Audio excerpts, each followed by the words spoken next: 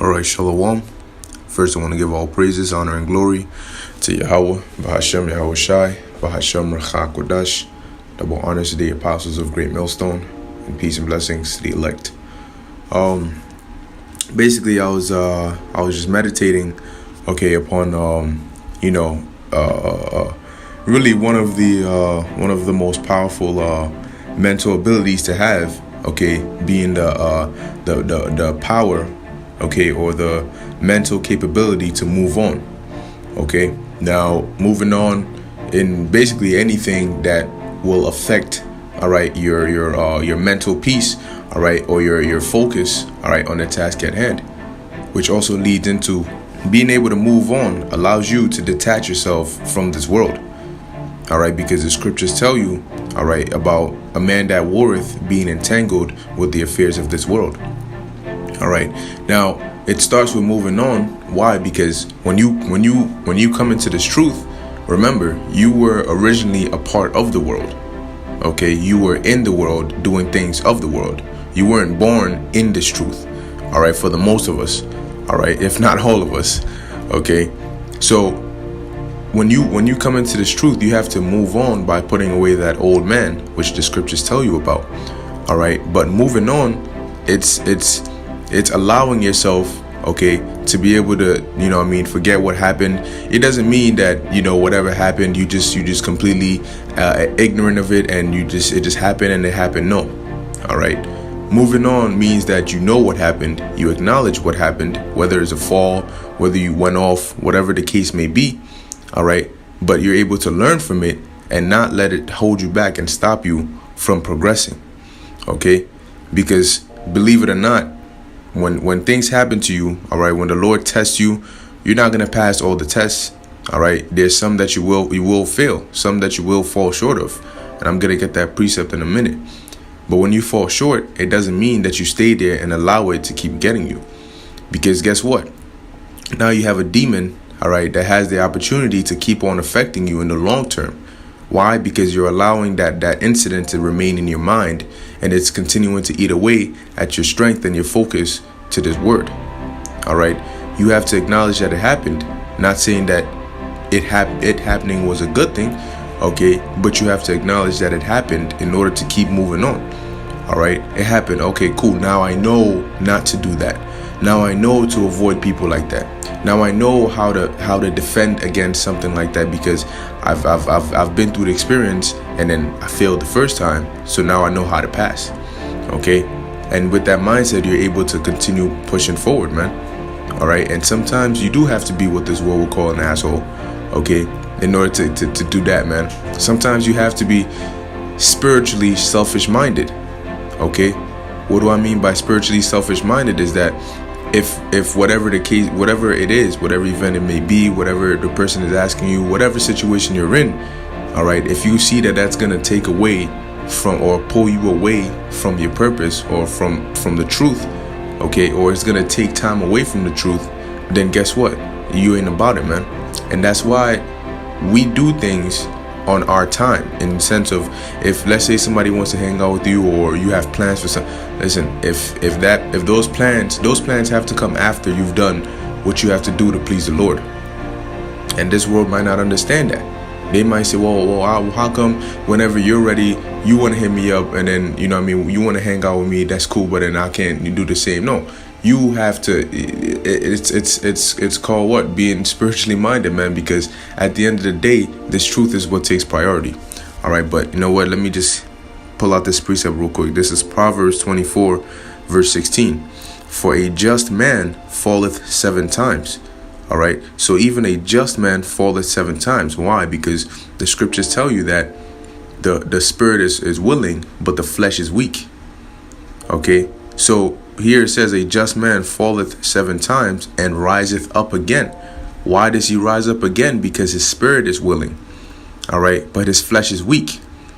But he has the power to move on to where he doesn't allow his flesh causing him to fall to keep him on the floor. Yes, everybody falls, but not everybody's able to get back up. And that's the difference between those who the Lord is blessed with that spirit, and those who the Lord has given up. See, That's why it says, but the wicked shall fall into mischief. Because when they fall, they're not going to be able to get back up. They're going to allow that fall to fester in their mind, to continue to grow, to become a cancer. Okay? And then guess what? That fall is just going to keep them trapped, all right, within that event that happened, to where they can't even break free to keep looking forward. All right? They're looking at what tripped them, how they fell, why they fell, how can they undo the fall. If it's in the past, it's in the past. The strongest thing you can do, all right, or the best way to keep to get past it is to move on from it. Okay, you learn from it and you move on. That keeps you mentally strong, man, because you're able to be flexible, you're able to adjust and adapt to whatever circumstance you're put in, all right, and you're able to move on from it. Okay, because remember, we're in a race. We're not standing in one place, we're moving forward. All right, and in the race, if you run and you fall and you decide, I fell, I scraped my knee, so I'm gonna stay right here, the race keeps on going. The race does not stop because you stopped. The race keeps on going. Therefore, if you don't keep on going, you're going to lose the race. All right, the Most High isn't gonna stop time and undo the past just so he can cater to how you felt about it. No. He did that for a reason. He put that stumbling block there for you to fall, so that next time you can see clearly. Okay? If you're driving and you go a certain speed at a certain area, and you see a whole lot of cops there and they give you a ticket, the next time you're driving through that area, you're gonna remember, yeah, this is a hot zone for cops, so let me slow down. But how would you know that if you hadn't caught that first ticket? Okay? So, like it says here, a just man falleth 7 times. Falleth going into, you fall short. The scriptures say that, look, we all fall short of the glory, all right, of the Most High, because we're not perfect. All right? We're not, as of right now, we're not perfect. We're striving for perfection. We're fighting for that. But we are not perfect yet, because our flesh, all right, these chains of darkness still hold us back. If you have chains and shackles around you, you can't move with all the flexibility that you would like to move with. All right. And that's the same thing. This flesh is like shackles and chains to our spirit. Okay. And prime example would be certain thoughts that you might get. Okay. Certain things. And a number one thing that, gets a lot of people, sad but true, is women. Oh, damn, she really broke my heart. She did this. Broke your heart. That's a pain of the flesh. Okay. Yeah, I'm not saying that, I'm saying it's impossible. You got to have a rock solid heart where nobody can. No, but guess what? You got to learn to move on from that, because now she moved on with her life, but she's still affecting you. Why? Because your mind hasn't let go of what happened. And therefore, you can't even move on with what you're doing, even though you think you are. Why? Because every time you think about what happened, you get messed up in the head. You can't let go. You can't move on. So you can't be focused. Meaning, in the time, all right, when you need to be serious the most, if a demon was to throw that thought back into your head, you would get messed up. That's like them putting a banana peel on the floor for you to slip on it. Okay? That's why you have to, yes, we deal in the world. The scriptures say, let me get it real quick. We are in the world, okay, but we are not of the world. I believe it's in the book of John. Okay, I think it's John 15. All right, verse 19. It says, if ye were of the world would love his own. But because ye are not of the world, but I have chosen you out of the world, therefore the world hateth you. See, we are not of the world. All right. The Lord has chosen us out of the world spiritually, but we still live in this world. Okay. Therefore, we still have to deal, all right, in certain ways according to this world. All right. When it comes to certain things, you need a job, you need to work so you can eat. You need to pay your bills so you can have a roof over your head. You might deal with certain women, or you might, certain things you might partake in. All right, as long as you're not going off and they're not taking you away from the ministry. All right, but those are all things that, being that you're still in this world, you might you do. All right, using the world, not abusing it. But even in that, you have to keep it to a minimum. all right, to the point where it's not absorbing you. All right, you see, because there's a balance, man. If you overindulge in this world, all right, even in the things that you have liberty to do, it's gonna get you. All right, because that's what this world is. If you noticed, especially here in America, every little thing is addictive. Even from the way you sleep, to the music you listen to the food you eat.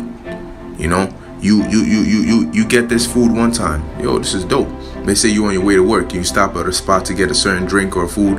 Then the next day you like, let me try that spot one more time. Next thing you know, 2 weeks go by, and then now that's become a part of your routine. Every morning before you go to work, you got to stop at that spot to get that drink. You know, when two weeks prior you weren't doing that. But everything is addictive. You do it once, twice, and if you're not in control, it'll get you. It'll become a thing you do now.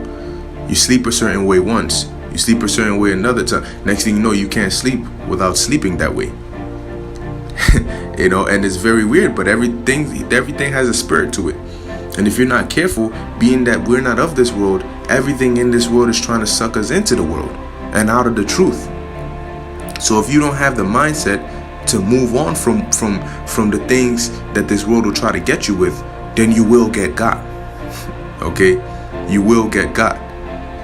It says, I'll just finish it here. John 15 verse 20. Remember the word that I said unto you, the servant is not greater than his Lord. And if they have persecuted me, they will also persecute you. If they have kept my saying, they will keep yours also. And that's the funny part. For those who weren't able to move on and they allowed themselves to get got by this world, the world is going to turn on you. All right, the world is going to turn on you, because at the end of the day, if you were once a part of us and you were once so-called a part of us and you went back into the world thinking that they would accept you, when that time of persecution comes, they're going to offer your head up. Okay, and the Most High isn't going to protect you at that time, man. And don't even think about coming to us. Okay. Now, to end it off, I heard this, I was listening to this speaker, I forgot who it was, but they gave this example about two monks, all right, that were on their way, they were on a journey somewhere, you know, and they were walking for a good couple of hours, going down the road, all right, in their robes, and they came across this, you know, this young lady with a kimono on, you know, and she was trying to cross this path, but it was very muddy. And so she wasn't able to, you know, she didn't want to go over it. So one of the monks picked her up, you know, and took her across and then set her down. And then the two of them just kept going. All right. Now, those monks were practicing, you know, silence, you know, as a means of concentration. So they were just quiet, just walking, you know, doing their own thing for about 5 more hours.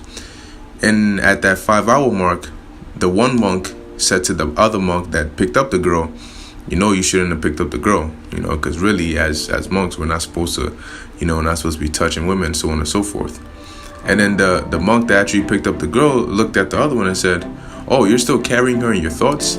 I put her down 5 hours ago, you know, and implying that he had already moved on from what had happened.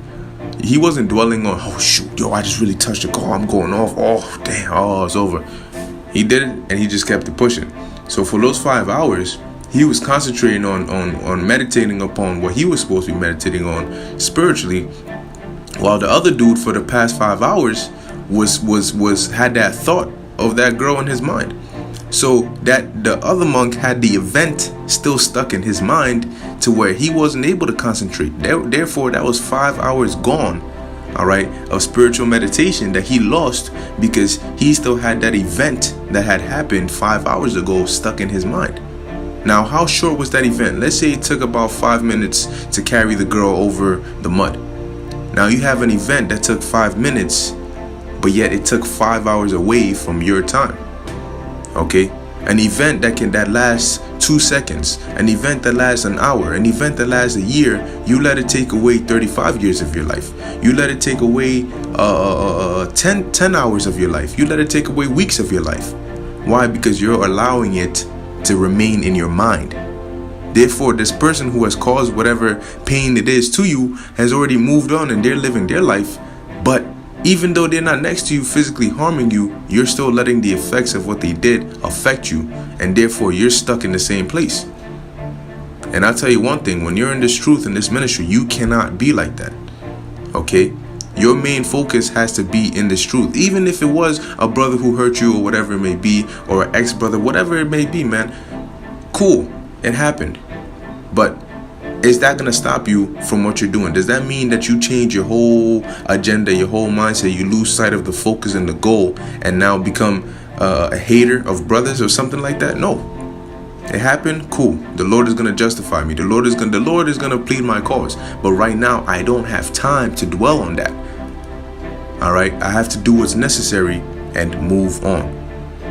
Lord willing, this was edifying to the elect. I want to give all praises, honor, and glory to Yahweh, Bahashem Yahweh Shai. Until next time, Shalom.